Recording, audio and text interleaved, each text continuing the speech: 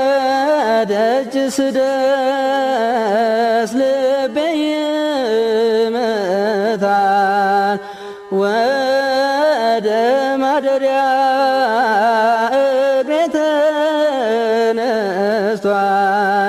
ኦ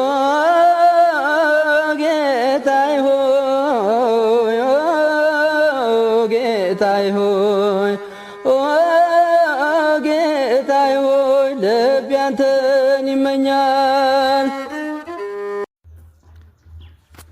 አንድ አምላክ በሚሆን በአብ በወልድ በመንፈስ ቅዱስም ሚያዝያ 26 ቀን በዚህች ቀን የሱሲ ልጅ ሱሲኒዮስ በሰማዕትነት አረፈ። ይህም የከሃዲው ዲዮቅልጥያኖስ ወዳጅ ነበረ። የእግዚአብሔር መልአክም ተገለጠለትና ሰማዕት እንደሚሆን ነገረው። ይህም ነገር በልቡ አደረ። ከዚህም በኋላ አምልኮ ጣዖትን እንዲያስፋፉና እንዲያድሱ ከሹመት ደብዳቤ ጋር ንጉሱ ወደ ኒቆምዲያ ላከው። ቅዱሱም አይቶ እጅግ አዘነ። ከዚያም ወደ እርሱ አንድ ቄስ አምጥቶ የክርስትናን ትምህርት ተምሮ ተጠመቀ። ከዚህ በኋላም ወደ አንጾኪያ ተመለሰ። ፍጥረቱ ልዩ የሆነ ልጅን ወልዳ እህቱን አገኛት። ከዚህ በፊት ሴት ልጅ ወልዳ ገድላ ደሟን ጠጥታለች፣ ሰይጣን አድሮባታልና። በወፍና በከይሲ አምሳልም ይገለጣል። በአገር ውስጥም ልጅ በሚወለድ ጊዜ ወደ እርሱ ወልዳ በስራይም ገድላ ደሙን ትጠጣለች። ቅዱስ ሱስንዮስም ይህን ሁሉ ባየ ጊዜ ጦሩን አንስቶ ከልጇ ጋር እህቱን ገደላት።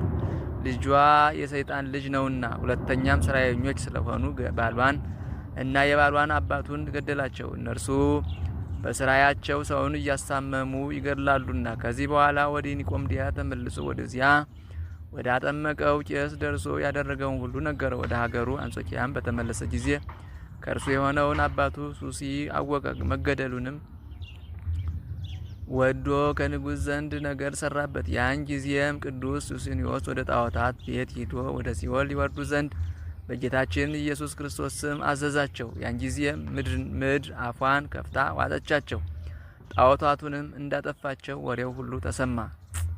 አባቱም ዳግመኛ በንጉሥ ዘንድ ከሰሰው። ታላቅ ስቃይም ያሰቃዩት ዘንድ ንጉሥ አዘዘ። በብረት ዘንጎችም ደበደቡት፣ በመንኮራኩርም አበራዩት። በመዶሻም ቀጥቅጠው ሁለተኛ ደግመው እህል በሚያበራዩበት መሳሪያ አበራዩት። ከዚያም በከተማ ውስጥ ጎተቱት። የክብር ባለቤት ጌታችንም ያጸናውና በስቃዩም ውስጥ ያስታግሰዋል።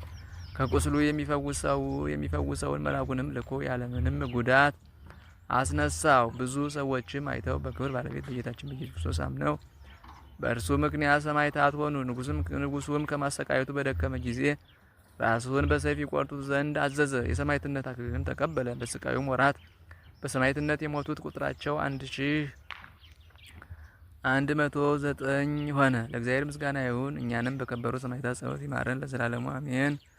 ሰላም ለሱስንዮስ ወልደ ጴጥሮስ ሱሲ ሕማማተ ስም ተአጋሲ ለቀቲለ እህቱ አጥባ እንበለ ያንሃይሲ በኃይለ ስራይ እንተ ፍጥረታት ኮሲ በአምሳለ ኦፍ ወህብሩ ለከሲ ሰላም እብል አማአተ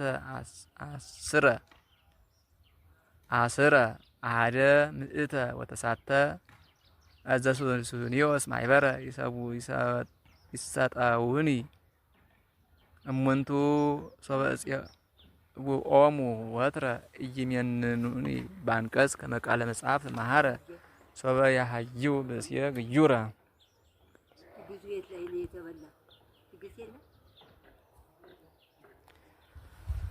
በዚችም ቀን የጠራቢ ልጅ የቅዱስ ዮሐንስ በሰማዕትነት አረፈ። ይህም ቅዱስ ከነነዌ አገር ነው። አባቱ ጣዖትን የሚጠርብና የሚያመልክ ነው። እናቱ ግን ክርስቲያናዊት ናት። ልጅ ባጣችም ጊዜ ወደ እግዚአብሔር ለመነ። ጌታም ልመናዋን ተቀብሎ ይህን የተባረከ ልጅ ሰጣት። ስሙንም በስውር ዮሐንስ ብላ ጠራችው። 8 ዓመትም በሆነው ጊዜ የጠረበውን ጣዖት እየሸጠለት አባቱን ያገለግል ነበር። በአንዲት ዕለትም ጣዖቱን ሊሸጥ ሲሄድ የእግዚአብሔር መልአክ ተገናኘውና ጣዖት የሰይጣን ማደሪያ እንደሆነ ነገረው። ጣዖቱንም ከእጁ እንዲጥለው አዘዘው። በክብር ባለቤት በክርስቶስ ማመንንም አስተማረው።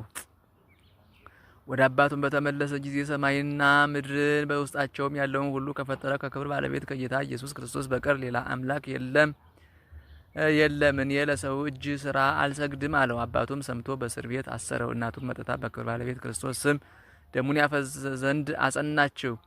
ከዚህም በኋላ በነገራቸው ሊሸነግሉት የአገር ሰዎች መጥተው የአባትህን አምላኮች ለምን ተውክ አሉት። እርሱም እኔ የሰው እጅ ለሰራቸው ጣዖቶች ልሰግድ አይገባም፣ እነርሱ የርኩሳን አጋንንት ማደሪያዎች ናቸውና አላቸው። አባቱም ይህን በሰማ ጊዜ ምሳር አንስቶ አንገቱን ቆረጠው። በድኑም አልወደቀም፣ በደሙ ውስጥ ከተጠመቀ ድረስ በእግሮቹ ቆመ እንጂ። እናቱም በደሙ ተጠምቃ አቤቱ የክብር ባለቤት ኢየሱስ ክርስቶስ ሆይ የአቤልን መስዋዕት በምድረ በዳ የተቀበልክ ይህንን መስዋዕት ከኔ ተቀበል አለች። በዚያን ጊዜ በአባቱ ሰይጣን አደረበትና አበደ። ሚስቱም ወደ ልጇ መቃብር ወስዳው ስለ እርሱ ጸለየች። ቅዱስ ዮሐንስም በሌሊት ወደ እርሱ መጥቶ አባቱን በጦር ወጋው። ሰይጣኑም ከእርሱ ወጣ። ከዚህ በኋላ በክብር ባለቤት በጌታችን በኢየሱስ ክርስቶስ አመነና በስሙ ተጠመቀ። ለእግዚአብሔር ምስጋና ይሁን፣ እኛንም ቢሆን በረከቱም ከኛ ጋር ለዘላለሙ ትኑር አሜን። ሰላም ለዮሐንስ ብሔረ ነነዌ ዘሰረቀ ከመማይቶት ዘይሰድድ ጽልመታ ኃጢአት ጽፉቀ